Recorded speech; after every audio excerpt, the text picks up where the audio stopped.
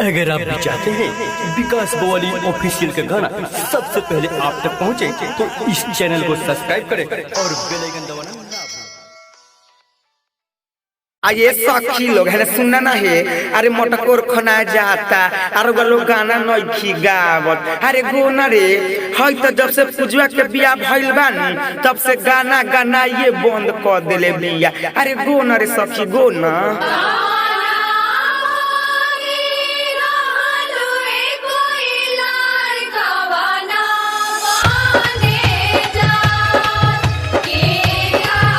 बंद करी गाना। आइए सखी हे लखा गाना गइबुल तो हम रोए लगा होई सुन हमार गाना। कहवा के पियर माटी कहाँ के गोदार हो, कहवा के पियर माटी कहाँ के गोदार हो, कहवा के साथ सुहागिन मट्टी कोरे जास हो, कहवा के साथ सुहागिन मट्टी कोरे जास हो, कहवा के साथ सुहागिन मोतिहारी के पियर माटी ढाका के गोदार हो,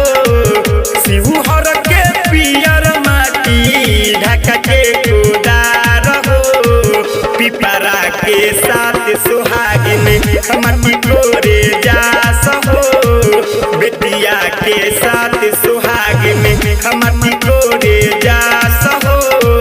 फेनहार के साथ सुहागिन। अरे गावन सा गाना हम बीच में गाना गा देते क्या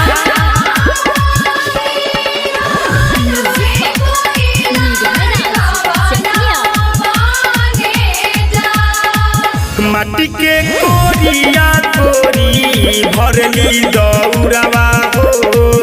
माटी के कोरिया कोरी भरली दौड़वा हो, से माटी चूल्हा सीझे कोहरत के भात हो, से माटी चूल्हा सीझे कोहरत के भात हो, से माटी चूल्हा सीझे माटी के कोरवनिया माँ का दे बुदाम हो, माटी के कोरवनिया माँ का दे बुदाम हो, डालत हौवे अम्मा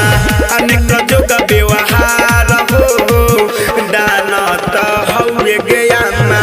अनेक जोग व्यवहार हो, डालत हौवे गे अम्मा।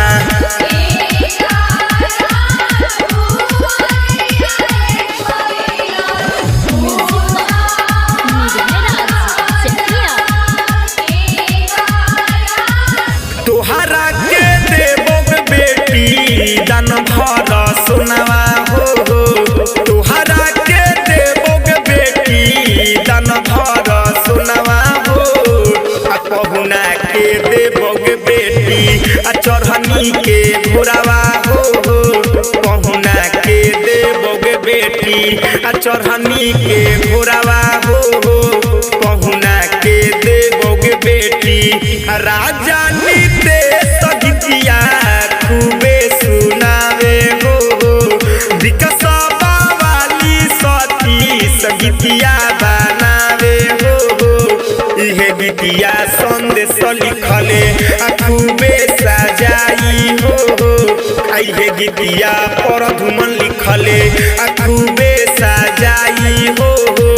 इहे गीतिया संदेश लिखले।